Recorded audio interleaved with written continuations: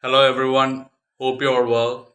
I wanted to continue on my legend series. It's been a while since I gave my last legend, and today I wanted to give one of the most fascinating stories in world cricket.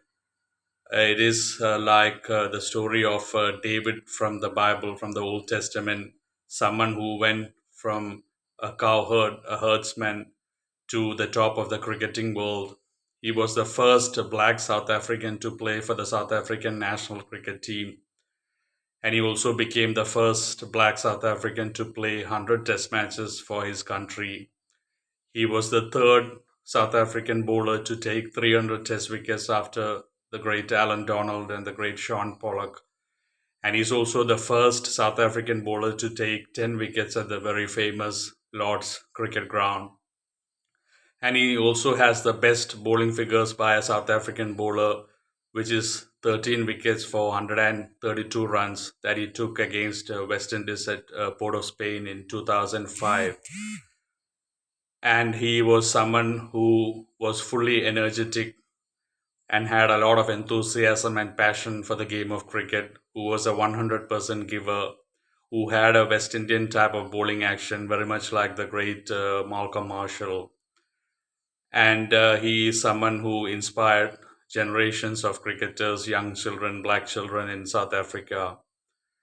I'm talking about the fantastic champion bowler of South Africa, Makhaya Ntini. He was born July 6th, 1977 in King Williamstown in Eastern Cape, which was around 100 plus kilometers, 200 kilometers from where I lived at the end in South Africa. In all, he played 101 test matches for South Africa, and he took 390 test wickets with 18 wicket hauls and 4 wicket hauls, and his best bowling figures that 13 for 132 against West Indies at Port of Spain in 2005. And he played 173 one day internationals for South Africa, and he took 266 wickets with 4 wicket hauls, and his best came against Australia in 2006 when he demolished Australia with 6 wickets for just 22 runs that I watched as a youngster. He made his debut in 1998 against Sri Lanka under the captaincy of Hansi Cronje, and those were special memories. I was in 10th grade, and Aravinda De Silva was his first wicket, fending off a short ball, and can never be forgotten.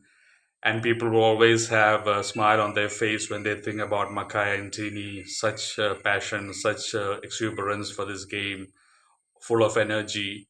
Once in 2005, when there was a rain hit day at West Indies, he ran 11 rounds across a big stadium in West Indies when he was bored, which is a testimony to his fitness. His story is a testimony of destiny, just like I said, story like David from the Bible. And Mackay Antini was found as a youngster when he was a herdsman by the border cricket development officer, and he introduced him to the head of the cricket development program, and they were impressed by Mackay Antini, and he was given a pair of boots, and he was asked to attend a training session and eventually the junior cricket festival. And from there, he eventually made the South African under 19 cricket team, and then eventually to the South African national team under Hansi Cronje. And he was one of the big reasons why South Africa were a big force in Test cricket in the early 2000s. Early 2000s, he used to take plenty of wickets. It was just Mackay and Tini show all the time. And that 2003 when he took those 10 wickets at Lords. And Mackay and Tini is someone who had so much stamina and rhythm about him. He was such a rhythm bowler. He had a lot of pace. His fastest recorded ball was 151 kilometer per hour, and he had an excellent bouncer. And he really moved the ball a lot off the seam. He wasn't someone who really swung the ball. He always moved the ball away from uh, off the pitch, and he was really good against left-handers as well. That English series comes to memory, and a lot of test matches where he took plenty of wickets. He was a captain's dream. You could always give him the ball and expect him to give his 100%. even at the end of a tiring day. That was Makhaya Ntini.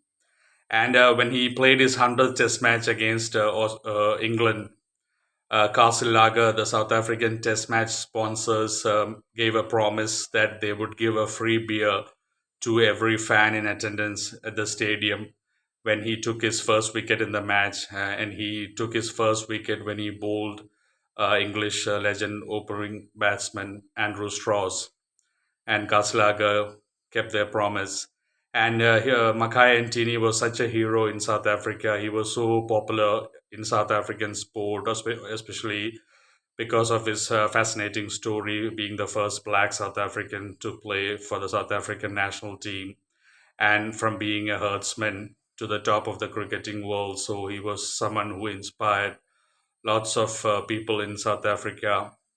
He also has a dubious record of being the one of the only three players to have played more than 100 test matches and has never scored a 50. The other two are the great Courtney Walsh of West Indies and Nathan Lyon of Australia. I just want to say thank you so much to Makai and Tini for inspiring generations of cricketers, youngsters, black South African children in South Africa and all around the world. You have been an inspiration not just to South African youngsters, but to youngsters all around the world. And your story is a testimony that anything is possible and that you can go from a cow herd to being a champion bowler to the top of the cricketing world. Your cricketing career has inspired so many people around the world, so many black children in South Africa. And just to mention to viewers, a lot of people think Paul Adams is the first black South African to play for South Africa, but he was colored. The first black South African was Makhaya Ntini.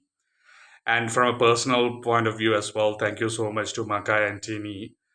Being in 10th grade, watching your debut, and always watching you bowl was an absolute inspiration. Your commitment, your enthusiasm, your exuberance, your passion for this game of cricket was awe-inspiring, and your story is just a fascinating story in world cricket.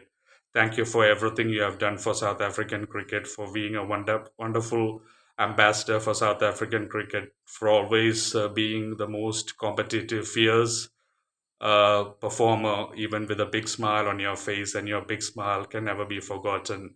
Thank you for all your services to South African cricket, for everything you have done for world cricket, and may your career continue to inspire generations of cricketers, especially black children in South Africa. And thank you for your career. Thank you to everyone for watching. I'm sure you would love Makhaya Ntini. A lot of people have got great memories of Makhaya Ntini. Thank you for watching. Thank you for supporting me. Take care. Take care of yourself. God bless you.